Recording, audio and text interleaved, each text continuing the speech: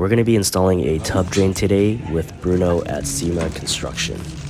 So just like me, he really likes the slip-on for these tub drains, and we're going to show you how to do it from start to finish as he preps these fittings. So he's going to get the overflow done first, where he's going to be tightening this in.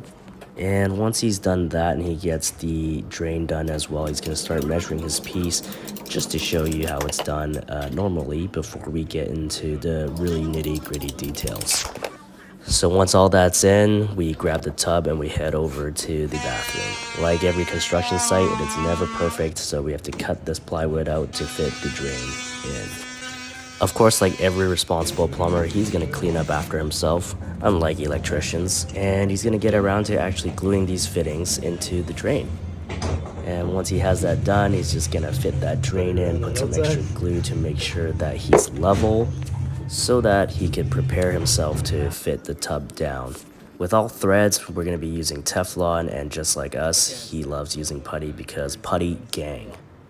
Now after all that's in, you kind of see from this video that the drain does not fit perfectly, so we actually had to do a quick little offset with it so that we could fit the overflow and the drain together.